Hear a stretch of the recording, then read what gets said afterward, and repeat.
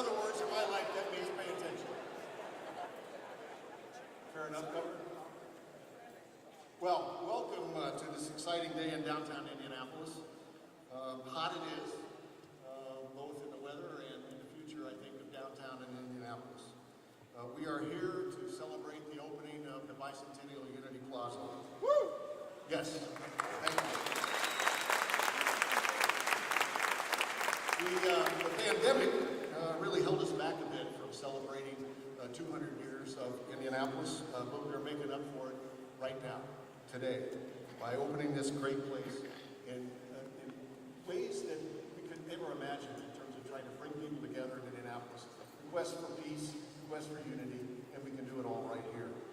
You know, it's open now to all citizens, to all visitors. It's a place to join in moments of togetherness and unity. We will enjoy art by Anna Murphy, sculpture by Herman Iha, song, dance, basketball, roller skating, ice skating. It's a place of hope and fun.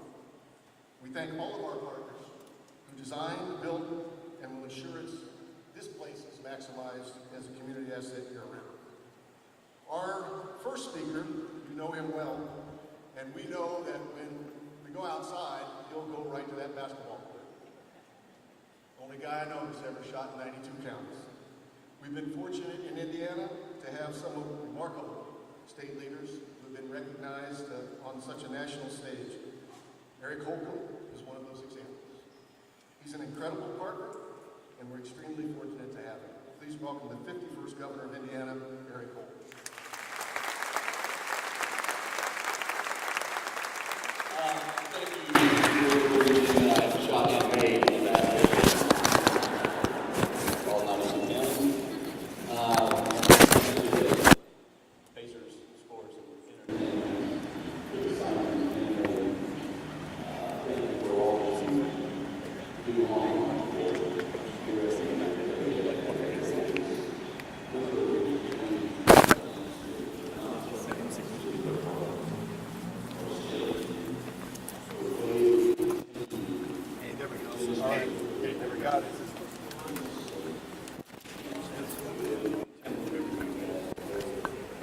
New addition, which certainly surpassed all of my expectations when I heard you, had to be years now ago, talk about kind of this potential and this dream and this desire to have a place where we could all come together. Hoosiers from all over the state, our out-of-state guests, when they come out here and they see this, their jaw is going to drop like the 3 points are going to drop on the court inside. And I just am awestruck as a kid that grew up in this state, a typical Hoosier who had a goal at the end of the driveway.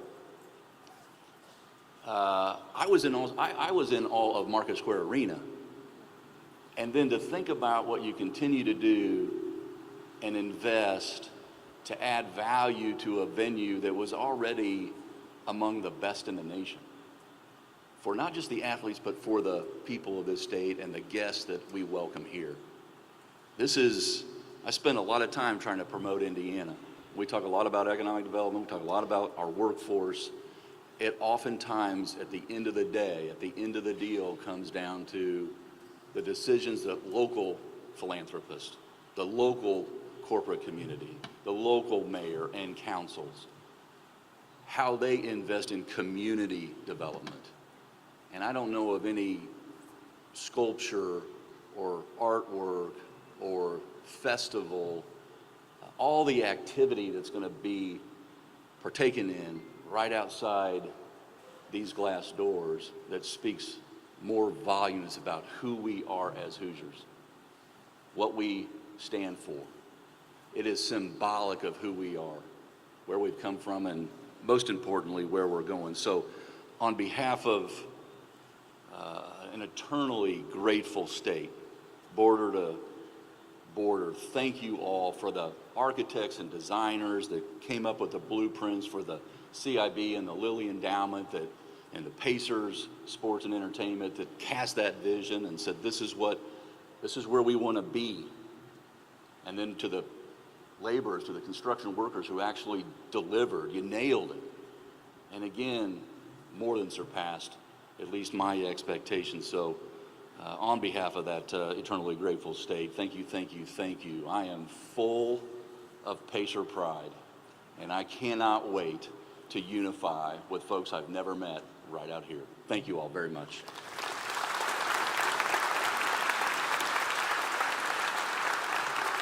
Thank you, Governor. You know, you can't get stuff as significant as the Bicentennial Unity Plaza without a true partner and leader at the local level. Mayor Joe Hogsett has been that just from the very beginning. We wanted to make Bicentennial Unity Plaza a celebration of our city's history and legacy, and Mayor Hogsett and his team, including Dan Parker, Judy Thomas, and President of Downtown Indy, Taylor Schaefer, among so many others, have played a huge role from the very beginning in helping bring this to life. Please welcome the 49th Mayor of the City of Indianapolis, Joe Hogsett.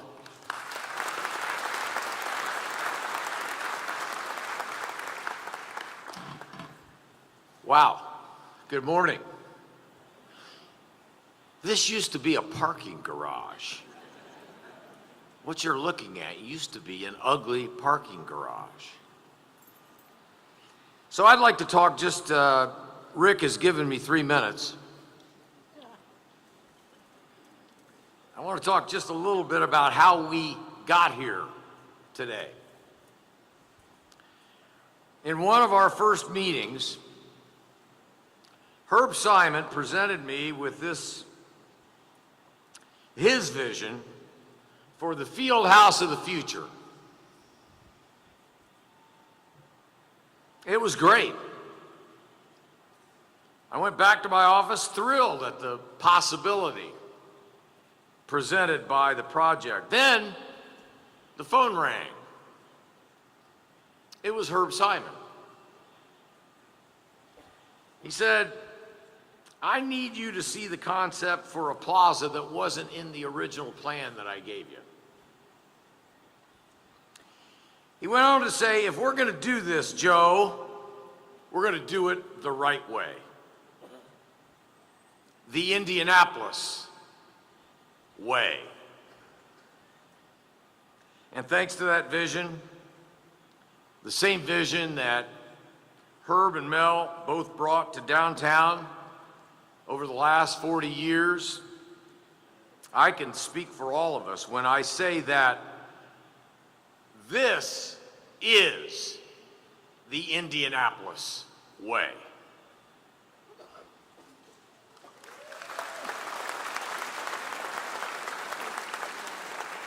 It's also the Simon way.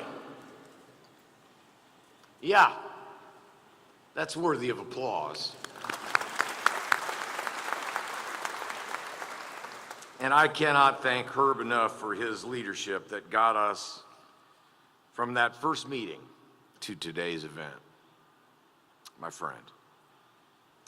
This is a plaza that honors our past, but it also speaks to the future of a more engaged, vibrant downtown Indianapolis. We are making this neighborhood a more attractive and a more entertaining place for all, whether you live, play, or work here.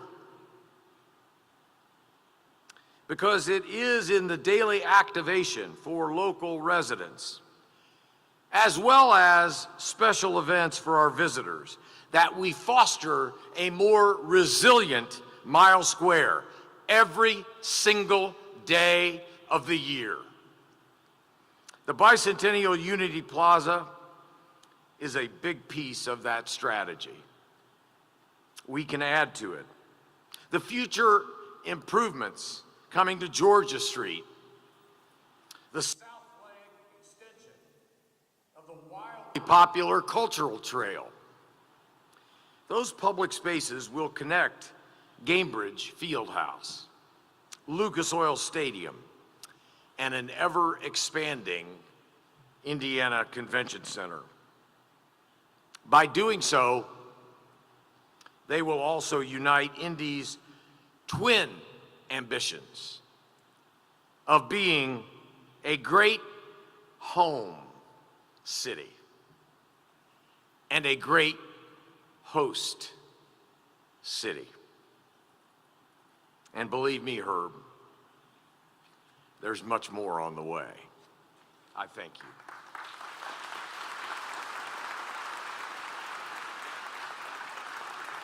Thank you, Mr. Mayor. I'd also like to recognize Greg Ballard, former mayor of Indianapolis, who helped us so much success as well. Thank you, Mayor, for being here. You know, I've had the honor to work for Herb Simon and the Simon family for almost 40 years now. I've seen firsthand the giving and caring of this family. It spans over 60 years in Indianapolis. I ask that you please recognize Herb, please. And his daughter Rachel, and Melvin's daughter Cindy, who I know is someplace in the crowd as well. And I want to introduce his son Steve, his oldest son. I've known him since he was in his teens. I've watched him through his growing years. He too loves his hometown of Indianapolis, and we look forward to his leadership. Please welcome to Steve Simon.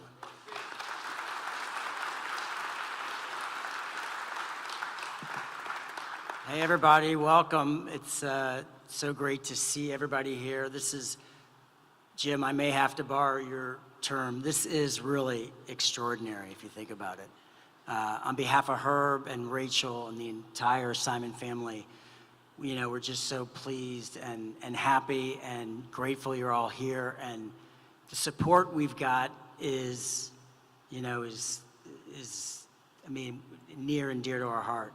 Governor Holcomb, Mayor Hogsett, Vop Osili, who's our president of the City County Council. We have such a long history of working creatively, cooperatively with our elected officials, right?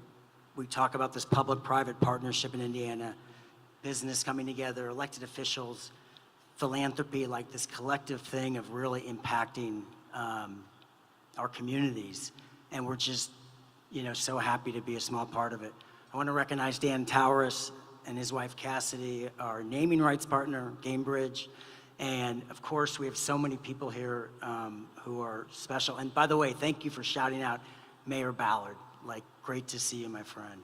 And of course, Andy Mallon and Marcy Reddick of the Capital Improvements Board. We've had such a long relationship. By the way, I saw Barney here, and he's so relaxed. By the way, after all these years with us, he's relaxed and he's happy, and we have everybody here.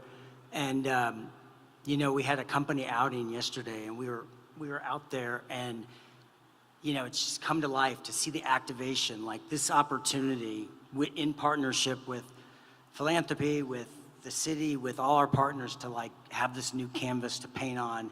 And as Rick said, to make it so welcoming, so inclusive. You know, Bicentennial, Unity Plaza, like people from elsewhere might say that's sort of hokey, right? But the idea of everyone welcome and coming together is like a beautiful thing that you don't always see, you know, out in the world here. And of course, you know, Ronnie Cloth has been just a champion of this, and I know Jeanette Hill is here. And, you know, if you think, as I may steal some of your thunder, Rick, but the extraordinary multi-generational impact of what Lilly Endowment has done, but their creativity to come together and see how this piece of a puzzle is going to be a revitalizing and activating and catalytic part of this incredible city and its continued evolution. I mean, they've just made extraordinary contributions. I don't know where this city and state would be without Lilly Endowment, and to be in partnership with you in so many different ways, it's just such an honor. And anyway, we're just pleased to be here. I'm looking at my father. You look beautiful, as does my sister, Rachel. Anyway, stick around. We got all this activation the next few days. We got a fever game tonight, so come and celebrate with us. It's gonna be great. Thank you so much.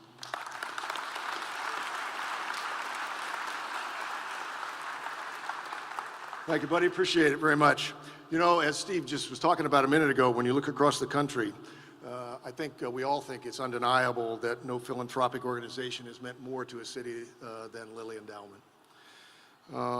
You know, that's because they just don't hand out grants. Led by Clay Robbins, President Jeanette Hill, and our next speaker, they are community partners. They understand who we are and what we aspire to be. And they make us strategic investments alongside us so we can collectively be who we are. The Plaza is the perfect example.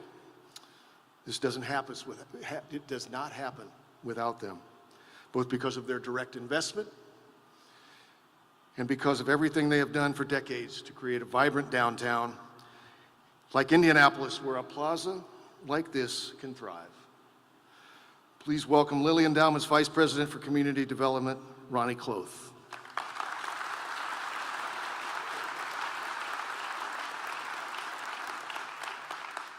Thank you very much, Rick.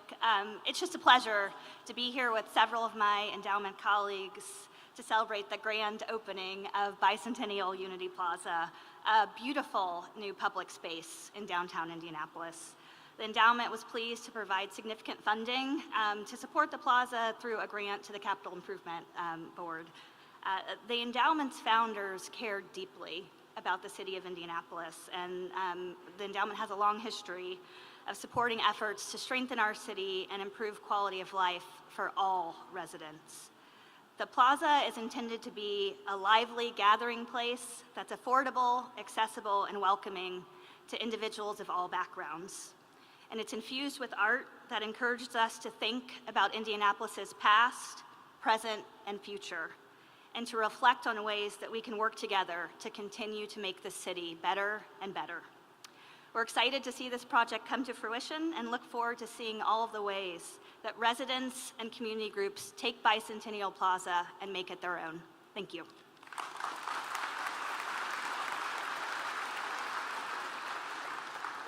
Thank you, Ronnie. Thanks so very much. You know, our city council has taken some really important steps over the last number of years to foster a more inclusive and economically vibrant city.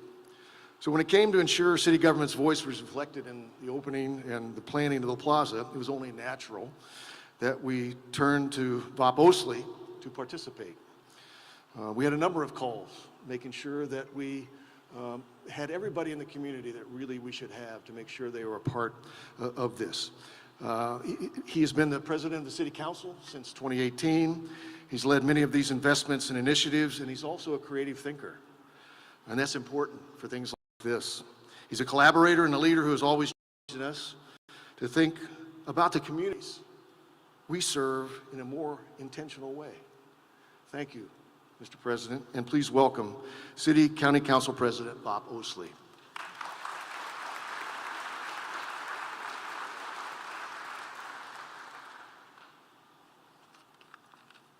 So good morning, everyone.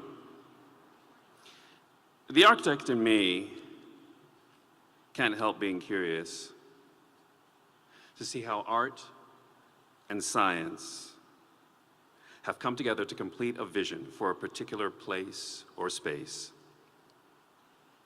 Can't help but marvel at the completed design, and can't help but enjoy a ribbon cutting, even on a hot day.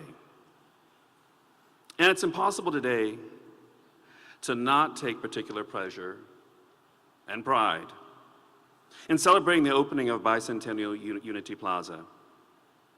Where, I ask you, where, but Indiana, can you find incredible works of public art and a basketball court? Working in harmony, in unity, one could say, to celebrate a community. I don't know if I've seen a space that so thoroughly reflects the city and the state around it. And that, of course, is by design. Because the Bicentennial Unity Plaza is a place that art lovers, music aficionados, foodies, and sports fans can all enjoy. Where Hoosier historians and those on their first visit here will find something new and interesting to explore. Where everyone is welcome, no ticket required. Rick, pay attention to that one. A place that honors our history, but isn't stuck in it. A place that looks eagerly ahead without forgetting everything and everyone that came behind and before it. A place where anyone can experience how diversity and unity can live and breathe as one. And it's that breath that we take today as we cut the ribbon on our Bicentennial Unity Plaza. So my thanks to Rick Fuson, Governor Holcomb, Jim Morris, the Simon family, the mayor, Lilly Endowment, and my colleagues on the council for your support of a place like the Bicentennial Unity Plaza, where these can all come together as one. Thank you.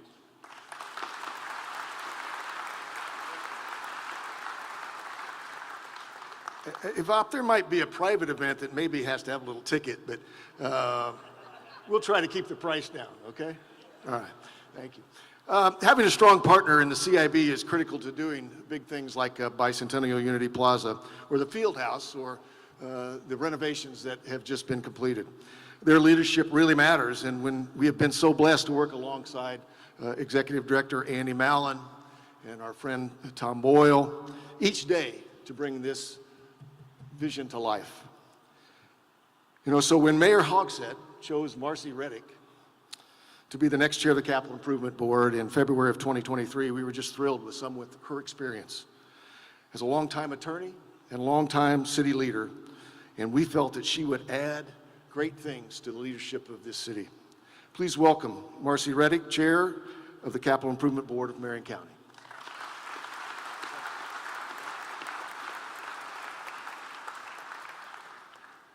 Well, good morning, everyone. This is a magnificent day and a great day to celebrate our city and our state. And I would like to urge all of you, when you go outside for the ribbon cutting in a few moments, I know it's hot, but take a look at the surroundings. You know, we come to events like this and we look for friends and family, people to talk with, but go out there and take a look at it and savor this very special place. Pacer Sports and Entertainment, I've just got to say, I love what you've done with the place. The Plaza honors the history of Indianapolis through the 43 remarkable people depicted on the Legends mural. The beautiful sculptures make the Plaza truly unique. The inspirational together spanning the Plaza speaks to our challenge to work together. And the innovative sphere, I like that as opposed to a beam, gives us a chance to literally reflect on ourselves, excuse me, and our community. These hugely significant landmarks are thought-provoking works of art that will stand the test of time. And I would be remiss if I didn't mention, and others have spoken to this, it is a place where we can celebrate something that's part of our DNA. And ladies and gentlemen, that's basketball. So now a few thank yous. First, thank you to the Capital Improvements Board of Managers for approving funding for the renovations to Gainbridge Fieldhouse several years ago that made the plaza possible. And a special shout out to CIB Executive Director Andy Mallon, Andy's leadership at the CIB and his vision for Unity Plaza to be and I'm going to read the quote, Ronnie did as well, a lively public place that is affordable, accessible, and welcoming to people of all backgrounds has served as the guiding principle for the plaza. Andy, please stand. I know you hate this, or wave, whichever you're comfortable with.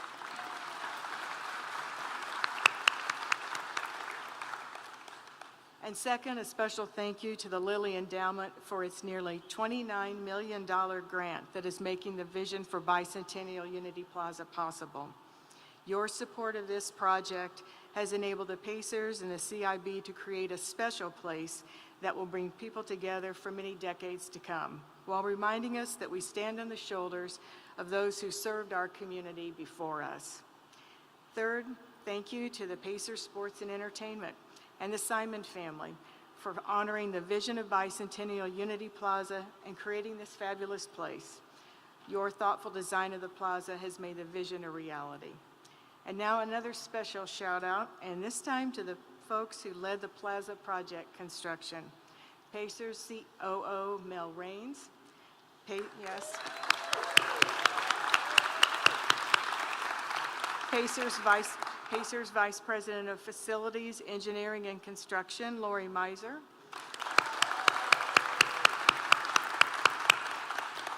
and Pacers Vice President and Owners Rep, Melody Park. Ladies, it was a job very well done, and thank you.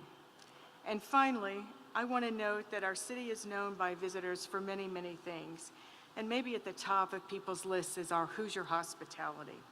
As I look around today and see just who is in this room, I see Hoosier hospitality in abundance. And my hope and wish for today and for the future is that Bicentennial Unity Plaza, and let's keep underscoring unity, is a place where everyone, Indianapolis residents and visitors, have fun. I mean, certainly, that's what we're here for. But moreover, my hope and wish is that Bicentennial Unity Plaza is a place where we show each other grace, compassion, and love, all foundational elements for the Hoosier hospitality that we are so known for. Thank you.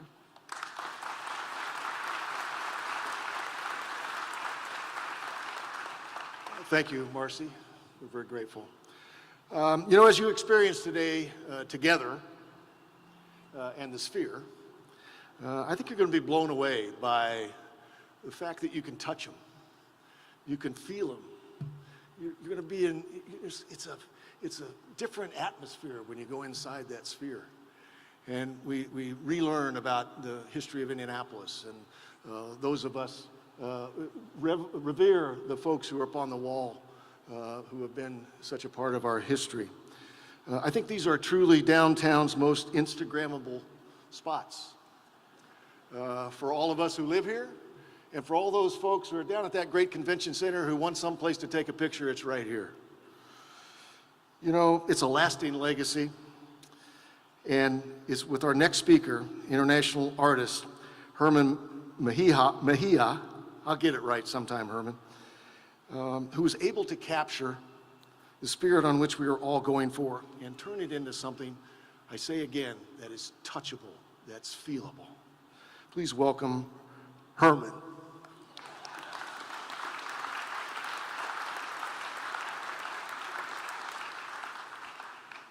Good morning, everybody. I wrote something. I was a little bit nervous, so I had to guide myself through this. First and foremost, some acknowledgments and gratitude to the Lilly Endowment, Pacer Sports and Entertainment, Marion County CIB, City of Indianapolis, great city, State of Indiana, Shield Sexton, the GC. I'd like to bring forth a special recognition to Populous, the designers of this magnificent renovation and visionaries behind the narratives behind this sculptural expression, and to my team, Eventscape, who saw the vision. They worked tirelessly and hours to try and meet all the timelines that we were, working towards so that we could be together here today. And thanks as well to all those individuals that contributed to making this vision a reality. It took a village. A successful project of this magnitude is no accident. It is the result of great minds working together, and it is a labor of love, devotion, lots of hard work. And it is possible when there's a symbiotic relationship between the partners, the people that work together, and how you overcome those challenges reveals the success of that project. And this is the testimony here. As Martin Luther King said, the surest way to be happy is to seek happiness for others. Thus, the objective to take this vision for these public art sculptures and collaborate with the team to execute a destination, a place that people can come to and celebrate together, and in community, was the main purpose that brought us together in this place here. Therefore, creating two distinct, as you can see, they're very distinct sculptures, but the idea was to have them work in unison, but at the same time, collectively tell a good story, a story about Indianapolis. Sphere is an homage to Indy's heritage and love for the game of basketball, a reflection of self on the outside, and in the inside is a blank canvas to tell stories that matter. Together behind us is a gesture inspired by Kennedy and King's historical connection to the city of Indianapolis. Two overarching geometries that sort of touch and come together, and they tell a big story. It's one of harmony, unity, and that we still need to do some things to bring us together and create harmony and opportunities and equity for others.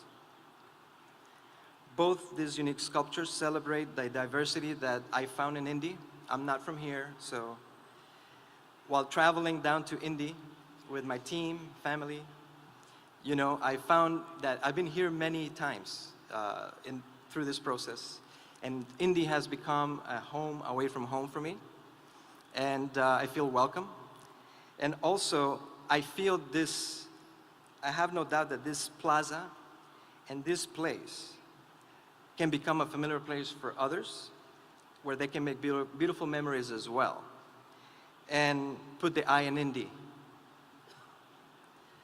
On a personal note, I would like to thank Adam Stover, John Jessic from Populous, Gareth Brennan, Celeste Brennan, Darren Schneider, my amazing talented colleagues at Eventscape.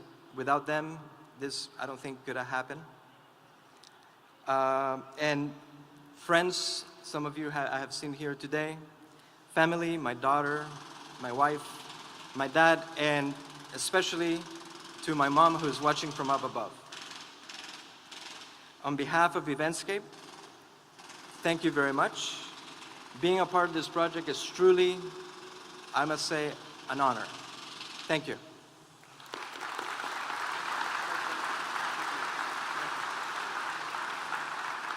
Obviously, we have the sounds of progress behind us. Before I introduce our final speaker, help me please welcome again our friends from Gainbridge. I can fly these flags. Dan and Cassidy, we are grateful for you putting your name on this building. You know, the world's coming. The world is coming to Indianapolis in the Gainbridge Fieldhouse in February, and we're glad that you're going to be part of that. We thank you so very much.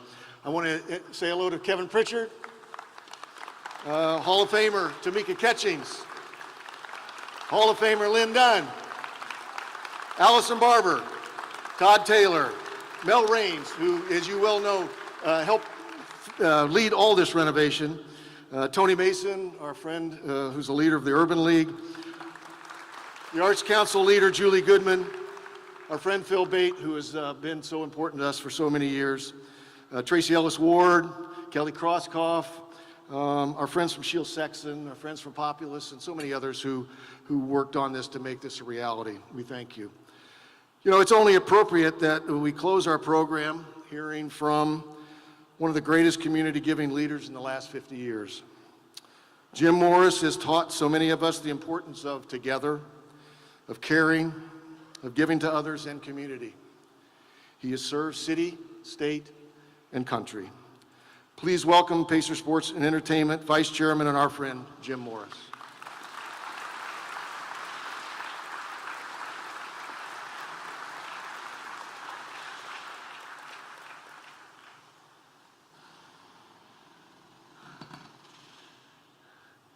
I think the machine in the background may be a signal to me to keep it short. Rick once introduced me as a man who could hold an audience for 25 minutes. He went on to say 25 out of 45 is not bad. Governor, I appreciate your reference to your being in awe of Market Square Arena. We built Market Square Arena for slightly more than $16 million. Herb paid slightly more than $16 million for our scoreboard. Herb doesn't think that's as funny as I do. And Dick Luger, who counted every penny, every minute, didn't think it was so funny either. We're here for a great celebration. So much to think about, so much to be thankful for. To have the gift to live in this extraordinary city is so wonderful. Great cities all over the world, but I can't think of a place that Jackie and I and our kids would rather live than Indianapolis, Indiana. Great leadership.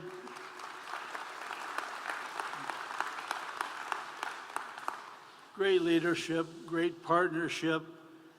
Not many places would a Republican governor and a Democrat mayor come together to cause things like this to happen and to do it together and enjoy each other in the process.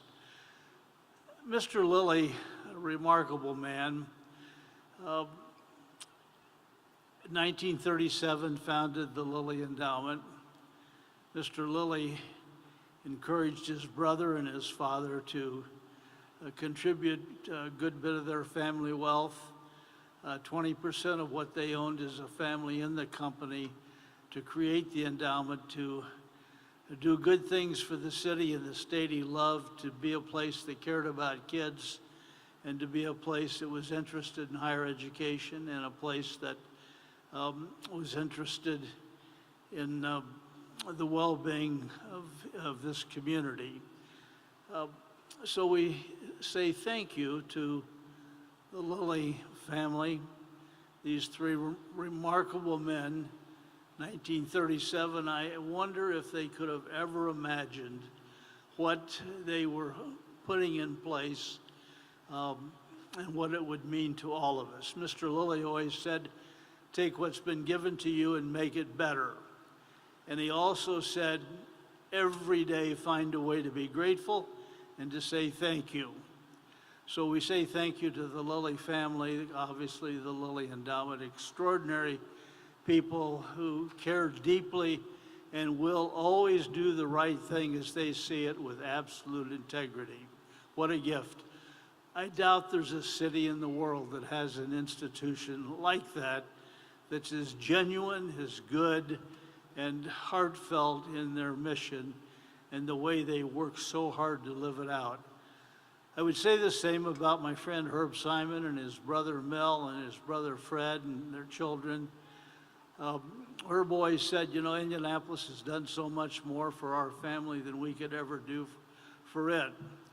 And I love it when he says that, but Herb, you and your tribe have just been extraordinary and such good, decent, honorable, loving, kind, good people.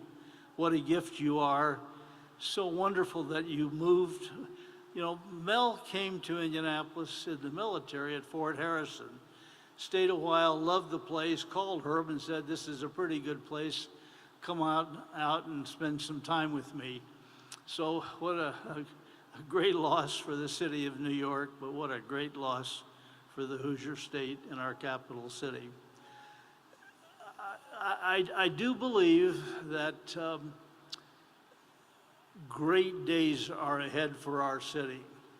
I believe that if we can continue to find this way to do more, do it better, and do it together, and especially do it together, the opportunities that are on the horizon to take Indianapolis to the next level and to make Governor our state so proud of its capital city. When you think of the new commitments that Indiana University and Purdue University have made to this city and the state, both IU and Purdue have said we are going to build the world's finest urban university and do it in the heart of the downtown of our city. And I believe that the leadership that those two places have will get that done. You look at Alanco making the decision to move their corporate offices to the heart of the downtown. You look at the Lilly Company commitment to invest billions and billions of dollars in central Indiana. You look at the opportunity along Georgia Street to redo the mall. Soon 65,000 young people from FFA will enjoy our city once again as they do every year. USA Today said Indianapolis is the #1 convention city in America. Whether that's right or wrong, that's what they said, and I believe them. And, you know, we're expanding the convention center, we're expanding the zoo.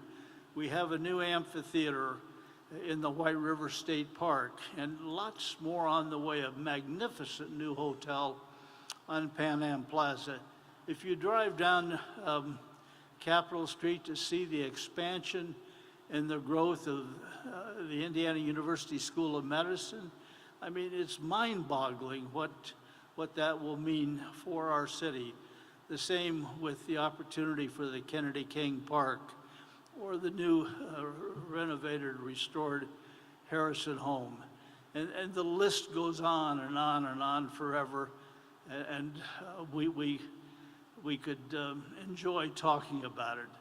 Doesn't happen everywhere. It happens when good folks who love their city and love each other and understand that a city our size, to pull off the greatness that we seek, we have to give each other the benefit of the doubt. And when we sort of have that trust and commitment and affection for each other, change only really occurs when people know, like, and respect each other and have that core relationship. In conclusion, I heard a huge gasp. My colleague Rick Fuson, 40 years in this building. He led the building of this facility, the renovation. Mel and Lori and their team, Andy, the people that work here love this city.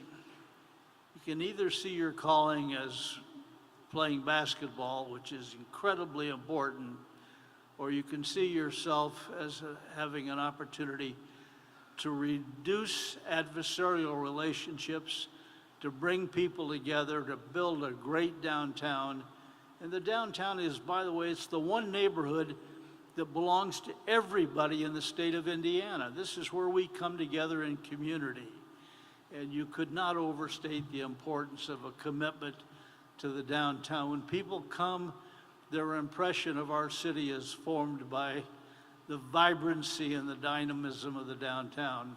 So it's wonderful to be together. And by the way, I don't think a crowd like this would assemble for such an occasion in many places. We've been excited to have Charlie Baker come lead the NCAA, and I think he has been overwhelmed by the friendliness, the outreach, the way he has been embraced, and the way people in Indianapolis and Indiana care about each other and about what we're all about. And so wonderful. So God bless you. Thanks for being with us. Rick, couldn't be more proud of you. Your dad and mom would be so proud of you, deservedly so. Thank you.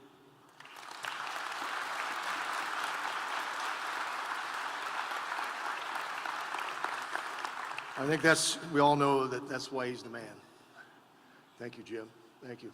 A couple other people. I know Jim always says at the risk of offending someone, I won't get to everybody, but I do want 3 other people. Earl Good. Earl has served his state unbelievably. Thank you. Senator Luke Kenley. He has served his state unbelievably. And I can't forget my friend Thomas Cook. Thomas, who was working for Joe Hogsett, he worked so hard and heard so many dumb things that I said. I thank you so very much. We appreciate it. Friends, thank you for being here. Thanks for being a part of this great celebration. Please welcome Danny Lopez, who's going to help us get this ribbon cut and get this place open. Thank y'all. So, before we close, Rick spent the entire time emceeing, and I don't think we properly gave him a round of applause. There is no way this happens without Rick Fuson.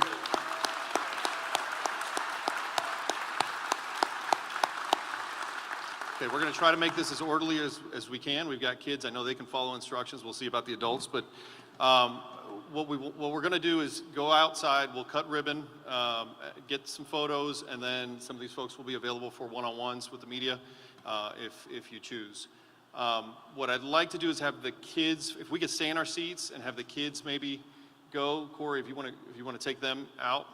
And if you spoke, or if you're a participant in the ribbon cutting, you can stand up and please just come out these doors and get to your spots.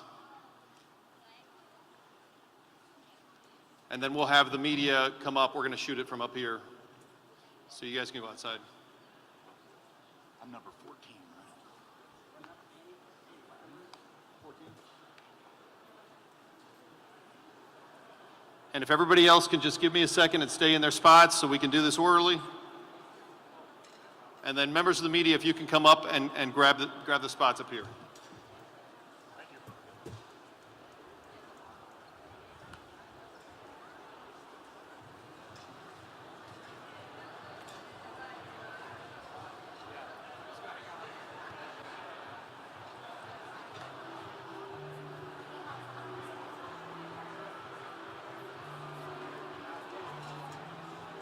Okay, if you'd like to come out, come on out. Please don't block the camera so we can get the shots.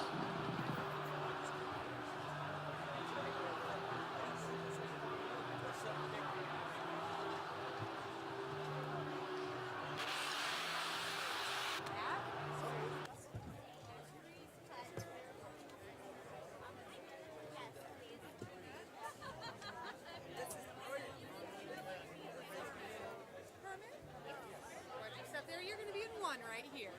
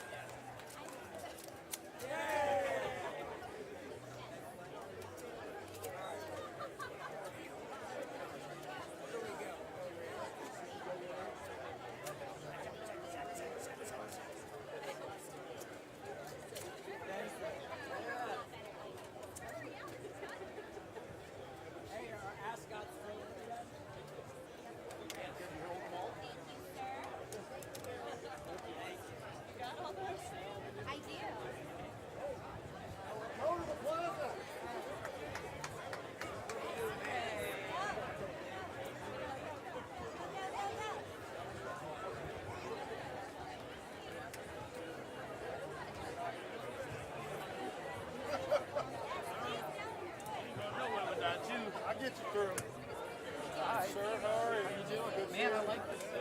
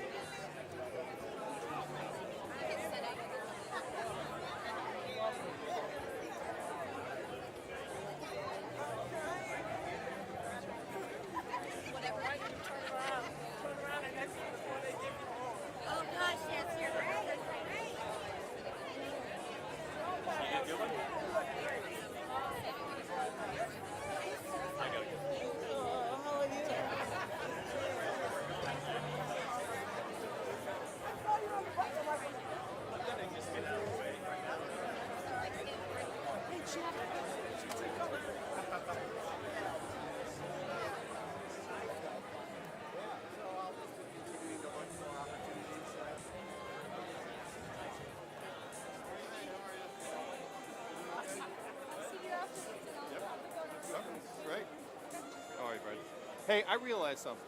I'm sorry.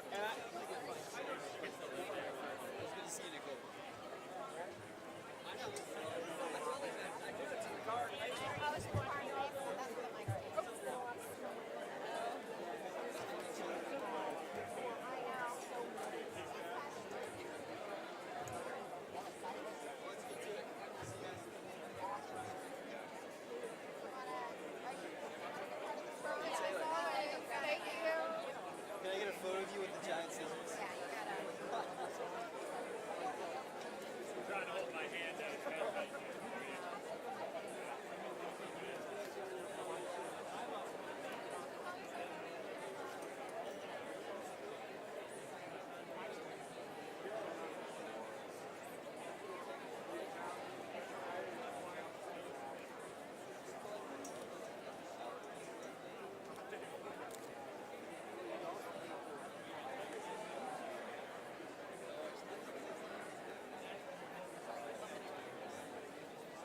Right now,